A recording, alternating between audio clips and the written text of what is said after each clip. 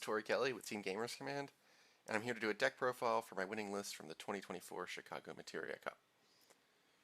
So, for those of you who don't know who I am, I'm the Realm guy. I just love Opus 11 Realm.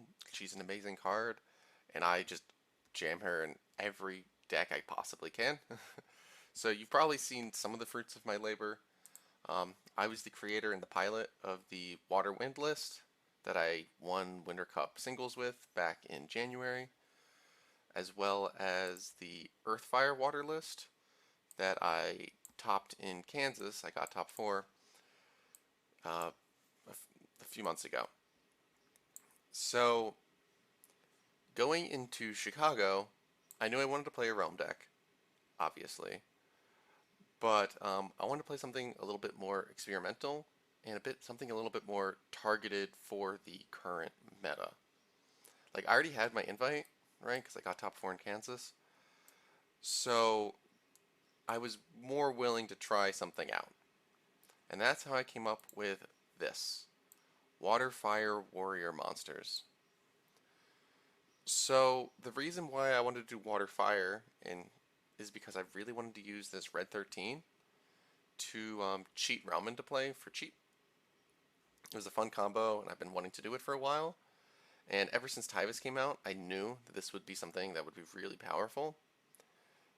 But I didn't get a chance to play it at Winter Cup because one of my teammates was on fire, and I didn't want to bring a whole second deck to Winter Cup just for day 2. I just wanted to do the run back for my day 1 deck.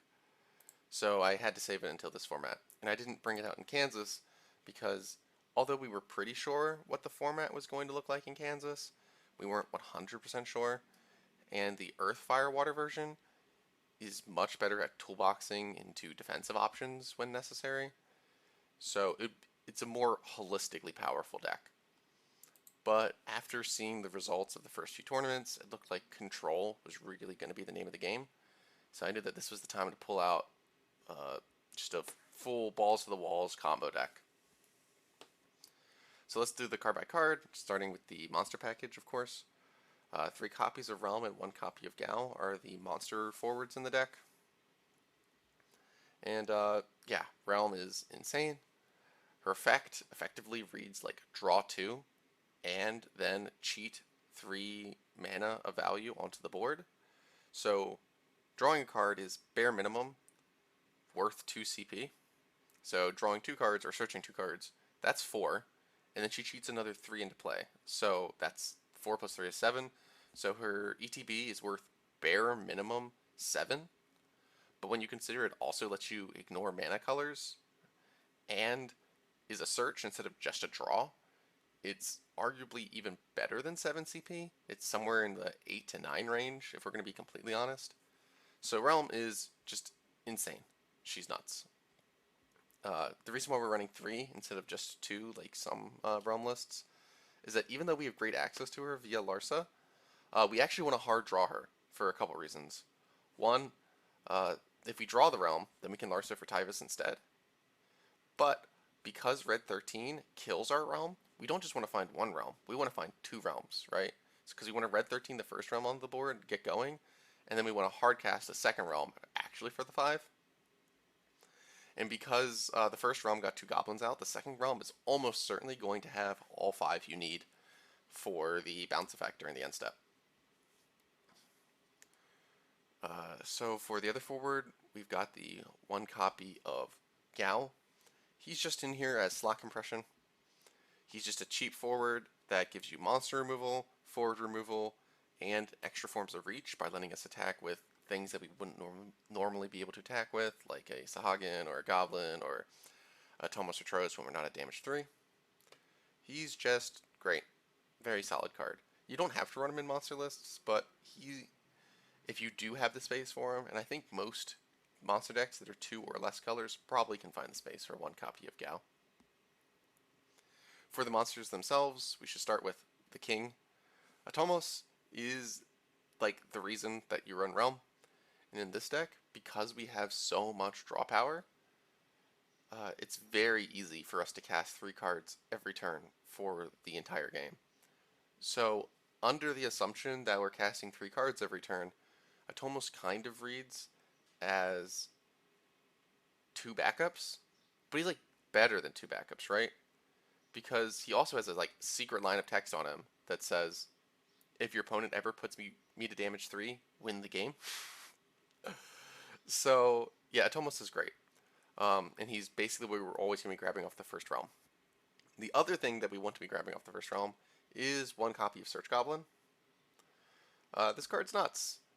It draws a card, so it replaces itself, and the card it searches is another copy of itself usually, or a copy of a backup, or Haste Goblin. So just a crazy, crazy card. And something to consider, right, is if we realm for Atomos plus Goblin, we're spending 5 CP to develop effectively 2 backups, right? That's kind of like the play that Mono Win does, where they fat Chocobo for Chocolate, right? That costs 5 CP and they get 2 backups onto the board. However, when we do it, we both A, get a forward, but B, we get we get Search Goblin on board, right? So we get a 3k ping and a search. And as we mentioned earlier, a search is worth bare minimum 2 CP. So unlike the Fat Chocobo line, this line costs 2 less because we get a 2 CP refund. Except it gets even better because of Atomos.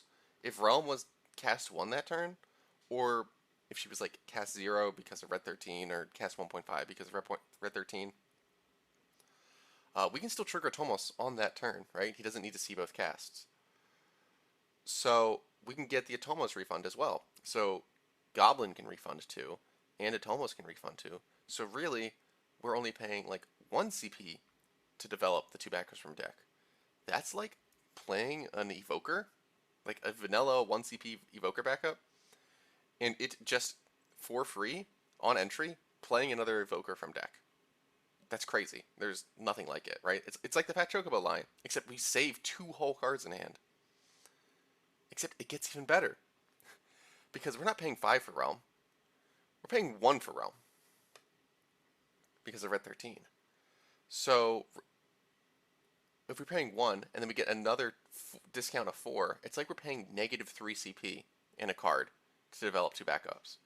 Or more realistically, it's like we're paying negative 1 CP to play 2 backups from our deck. Like Realm, like in any other deck, you could think of Realm as being like, discard me, play 2 backups from your deck, draw a card, activate a backup. Like, what? That's insane. That's insane. Like, for the cost of discarding her, we get to cycle her, draw effectively 3 cards from our deck, and free play 2 of them onto the field. Like, she's more efficient at ramping than the free play backups from Opus 20, the mono element ones. Like, she's better than free cards. She's free cards from deck. It's insane. So, for the rest of the monsters, right, we got the 2 Haste Goblins. This card lets us combo board clears with Minwu and the Demon, as well as helping us just go for lethal in ways that people don't expect, right? Like, there's a couple decks in the format that you don't really want to put to damage 3, and Haste Goblin makes it possible for you to burst them from 2 damage way more often than you'd expect. Additionally, we have the 3 copies of Blue Worm. This is just like the generic best monster in the game. He's a great way at triggering Atomos without reducing your hand size to keep casting 3 cards every turn, as well as just a good card to play to use up the 2 CP that Atomos generates. Very solid, as well as this deck can have issues finishing the game, and so these swinging in, getting those points of damage is really key. For our alternate realm line against aggro, we often go for Tros plus Sahagin. These cards are great against some decks like 13, although I didn't play any 13 in Chicago, but I did in Kansas.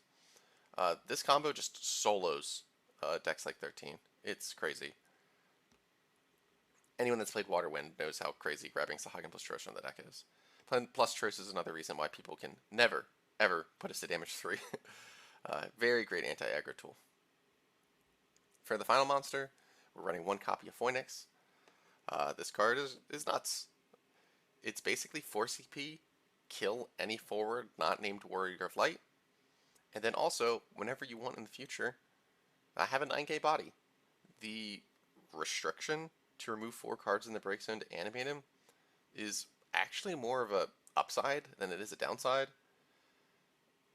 He's just a really, really good card. Against aggro, he 2-for-1s most things, right? Because he can come in, like, kill a Corella, and then when something else attacks, he can block it and kill that as well. And against control, he's really good at removing problem forwards without having to commit a forward to the board for our opponent to use their removal on. So like against Chaos Arc, you can use Phoenix to kill Chaos without giving them a target to Arc. And then now that Chaos is dead, you can commit everything else to the board, and they can't pay for the Arc. Or against Refia Control, you can snipe Refia off the board, and they can't use their action ability in response because Phoenix isn't a forward. So just a really solid card. Getting back to the forwards, we should now probably cover the Warrior package. So starting with, obviously, the 3 copies of Tyvis. He's insane. This card's nuts.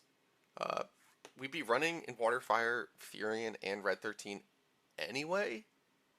So the fact that he searches both of those key combo pieces for us is just crazy. He's really also especially nice in this deck because, at least if you're me, people know there's going to be a realm in my deck. So they're going to like hard mulligan for their Amats, and they're going to like never discard these for CP unless they absolutely have to. So Tyvis being a threat that you can go for that doesn't lose to Amat, he like trades very favorably with it, is extremely nice because I've had matches where people will just hold on to Amats and hold up the CP for Amat every turn. And I know, I'm not stupid. I can do some hand reading. I can tell when they're holding for Amat. And I just go for my warrior lines instead. And Tyvis just beats them to death. And eventually they realize, oh wait, I need to do something other than just hold on to Amat for Realm. But by that point it's too late. So the other warrior, main warrior, is of course Furion. We would be running him, and every Waterfire list should be considering Furion. This card is crazy. He's so good. Especially in this deck because the monsters ramp our character count really quickly. It's very possible to have a turn 2 Furion attack for the draw in this deck. If you watch my games in Kansas, you'd probably know that line. I recommend watching those. It's on the Collector's Cash Twitch channel. But yeah, Furion is nuts. He's like a blue worm with haste that doesn't die during end step. Just insane. And he's like pseudo unblockable. Very, very powerful card. A lot of your damage is going to be coming in from Furion. Additionally, we have the 2 copies of Ward. There's just a lot of 3 CP 7Ks in the current format, and Ward just comes in and snipes them. Very good. He also is just a decent EX burst if you hit him. It happened a couple times. I never regretted seeing him in damage. Very solid card. 1 copy of Mog 6. This just stunts a lot of the control decks when they're trying to set up. Like, if you plop a Mog 6 on turn 2 against a Bart's deck, what are they going to do? Right? Like, it's crazy. It just kills their whole backup and everything. It's insane. Yeah, I think this card is pretty underrated. It's also really good in the mirror because Realm searches. But I never played the mirror for some reason. Yeah, but great card. The final warrior is Yuzuki. This is probably the worst card in the deck. I don't think I played her a single time this weekend. Her only job was to discard for either element, or to discard for both elements for Furion to gain 4K, first strike, and activate. You'd think she'd be good, because like Warriors of Light do a lot of ping damage between Refia and Warrior of Light. But like that deck runs 3 Kukulane. They run Refia to spin her back. They run like Levy 6 to bounce her back to hand. There's just so many ways to like get her off the board or negate her effects without using damage that like she doesn't actually do what you want her to do. So I never felt comfortable committing her to the board as like protection. I'd rather hold her up for CP to cast Amat on the Refia instead, or the Ferris. Yeah, she's probably going to be a different card in the future. You don't need any more warriors than the 1, 2, 3, 4, 5, 6, 7. 7 targets for Tyvis is more than enough. For the final three forwards, we have one copy of the Demon. He's just the uh, board clear of choice, other than Minwu. He's just very solid. He gives me break zone removal, he gives me single target removal, and he gets me AoE removal. And he's good against tribal decks as well as single element decks. He's just solid. He's just a good card. Um, you can also cheat him in with Red 13 occasionally, which is very funny, especially if you can give him haste. Like basically spending 1 CP or 2 CP, depending on how you look at it, to clear the board is insane. It's nuts. So he's just a solid card. He's also must kill. Something to consider is that a lot of the forwards in this deck are must kill. Tyvis is must kill. Furion is must kill. The Demon is must kill. Realm, when you have 5 monsters, is must kill. And Minwu is must kill. Like almost every forward. Also Mog in some situations. Like your opponent has to get rid of him before they can actually commit to any plays. So like almost every forward in the deck puts your opponent in a position where they have to clear it every turn or else they lose. And that's just really great. He just adds to that density of dangerous forwards. Next is the one copy of Shinryu. He is our Princess Goblin search of choice. He's fine. I had zero intention, actually, of casting him all tournament. His only job was to be either discarded with Minwu, or discarded with Poo Poo, or discarded with, shuffle back with Loporrit, and most importantly, discarded with Meath. So because I wanted to put Meath in the deck, I needed the light forward to be 5 cost to be able to search Realm, Tyvis, or Gal. So there was not very many choices. There's only, I think, 4 5-cost light forwards in the game, and the only 2 that have any relevant text whatsoever are both named Shinryu, the Opus 21 and the Opus 14 one. And since I only wanted to run 1 copy, I was never going to be able to tidal wave people, so I decided to go with the Opus 14 version instead. There's actually quite a few 3 cost and 6 cost forwards in the meta, so like his effect was relevant way more often than I expected, because in testing, the only thing I ever did with him was either discard him or shuffle him back into the deck with Loporrit. So the fact that he came up even like 3 or 4 times over the tournament was like way more. That's 3 or 4 more times than I expected. So he did his work. He earned his deck spot. For the final forward, we have the 3 copies of Minwu FFBE. This card is insane. She's probably, if you exclude the limit break cards, the best card in Opus 22. And I don't think it's like particularly close. She's absolutely nuts. So she just does everything, right? So she's a board clear. She's resource recursion by letting us like play back Phoenixes and Blue Worms and Furions from our break zone. But she's also resource generation by letting us cast Poo Poo over and over again. She's just absolutely absurd. I don't think we've discovered even like a tenth of what this card can do. She's especially great in this deck for a couple reasons. One, obviously, we have haste, so we can board clear it right away. 2, if you go down to 0 cards in this deck, chances are when you draw cards for turn that you're going to draw into cards that draw cards.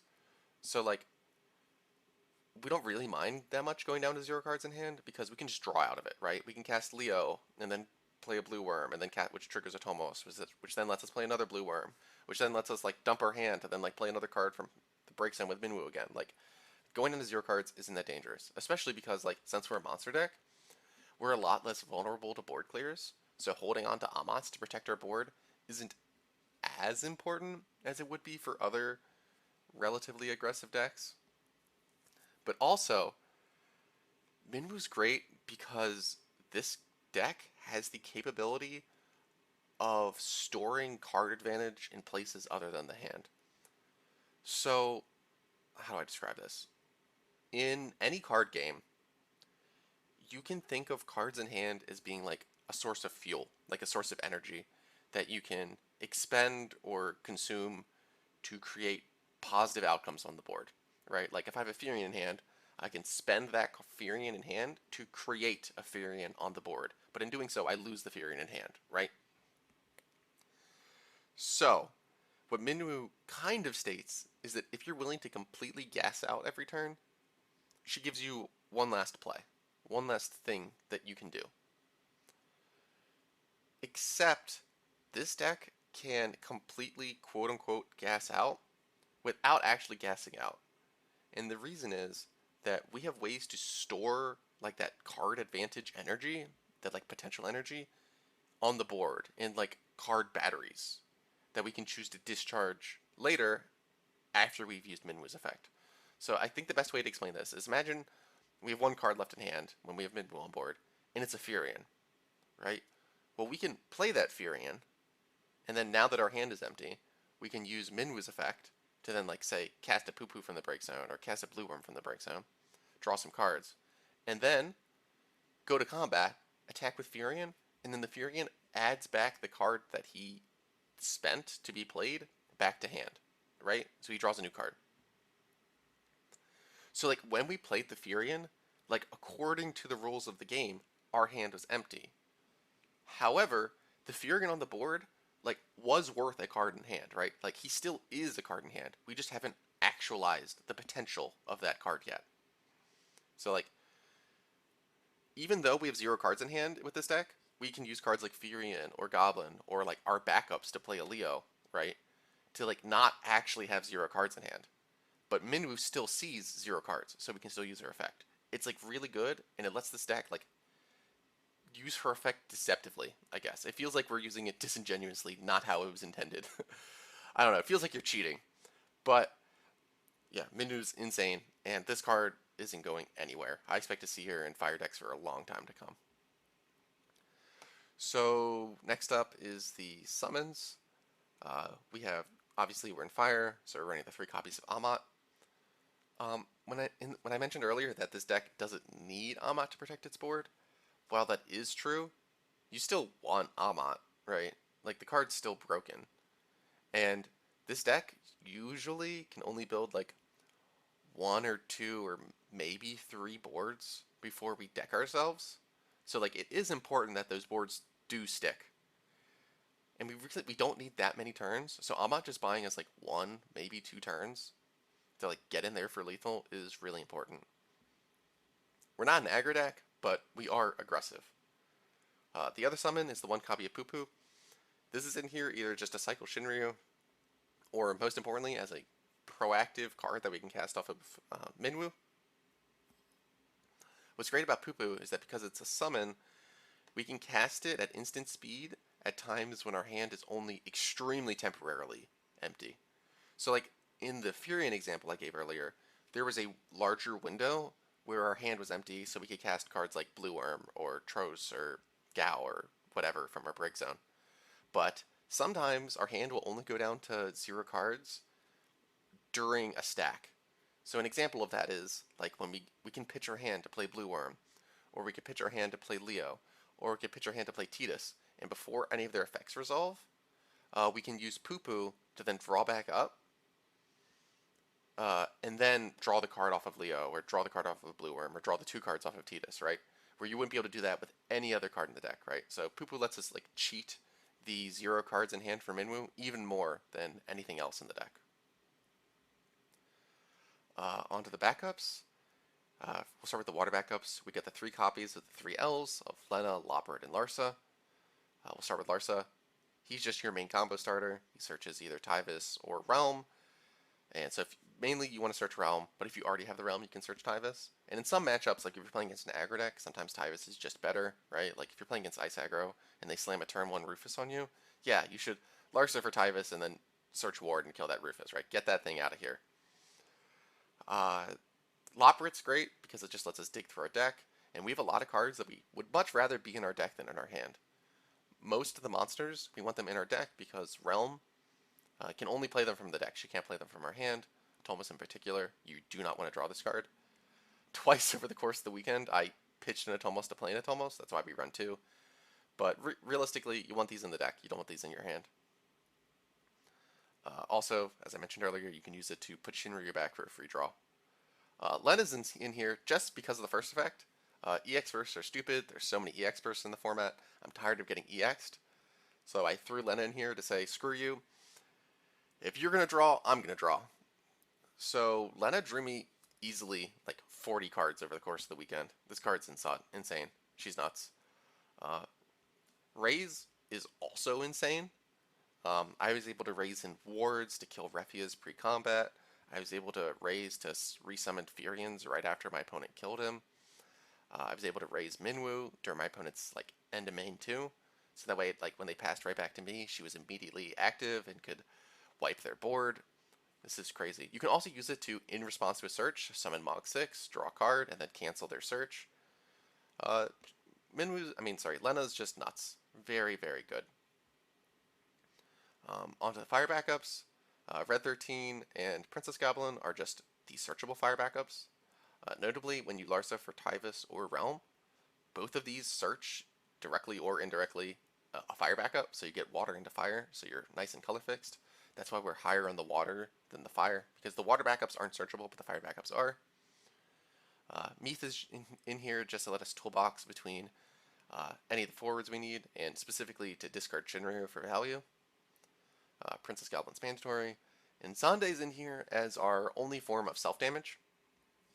I really miss having Bosch in my deck from having the Earth cards, but Zande is like the next best thing.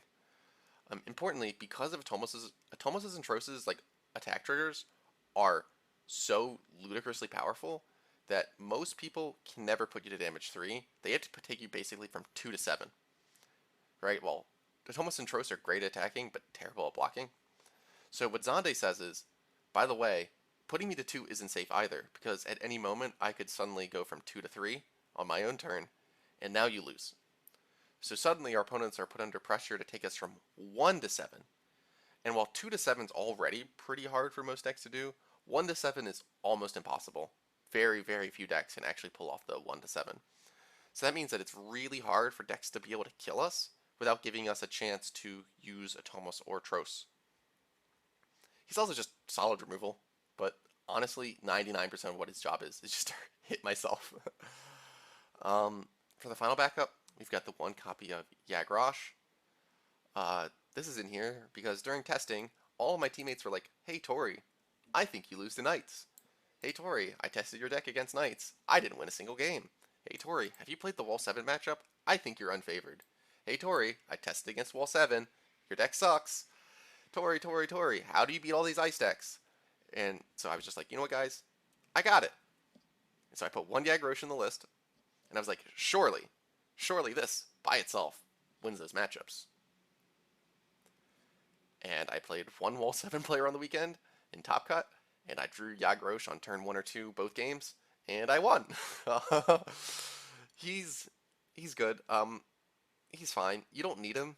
There's a bunch of different water backups that you could fit into this slot, but I decided that Yagrosh was probably the safest option. He's not actually in here for wind at all. To steal Atomos triggers, our wind matchup is so ludicrously favored that we don't need Yagrosh for that. For the limit breaks, I think these were perfect. I wouldn't change anything about this. There was multiple games where I needed 2 Zac. There was a couple games where I needed a second Leela. Leela's also especially good in this deck, right? Because we have access to haste, so we can immediately swing with her to kill things, right? There was one game where I Zacked plus Leela haste to kill an Une, for instance. She's good. 3 Leo. There's many games where I wanted the 3rd Leo, and there were 0 games when I wanted the 2nd Tidus. So 1 copy of Tidus is all you need. You definitely need that 1 copy, but like he's extremely powerful. But 99% of the time, you're going to be casting a Leo at some point during the game, if only just to like trigger Atomos, right? Because if he's cast 2, and you would know no other way to get cast 2, right? Like you can dull a backup, pitch a card to then draw a card, so like doesn't cost you a card from hand. So it's like you can just basically dull a backup to trigger Atomos and get 2 backups back. Very good for your combo lines. You often will need to use them in your combos. So that's it for the deck. Thank you so much for watching. If people are interested in seeing me do a match breakdown for the finals versus Sam, let me know in the comments. I can possibly get that worked out. Before I go, I just want to give a few shout outs. Firstly, thank you so much to Grace Apigo for designing this adorable Realm and Red 13 art for the thumbnail. It's so cute. Big thanks to all my teammates for helping me build and test and just overall work on the deck. This was not a one-man job. It really was a team effort. I couldn't have done it without you guys. And of course, if you guys are interested in singles or sealed product, you can always check out Gamers Command on TCG Player, as well as they have a location down in the Tampa area if you're ever down in Florida. So that's all. Hope you guys have a great day. Peace.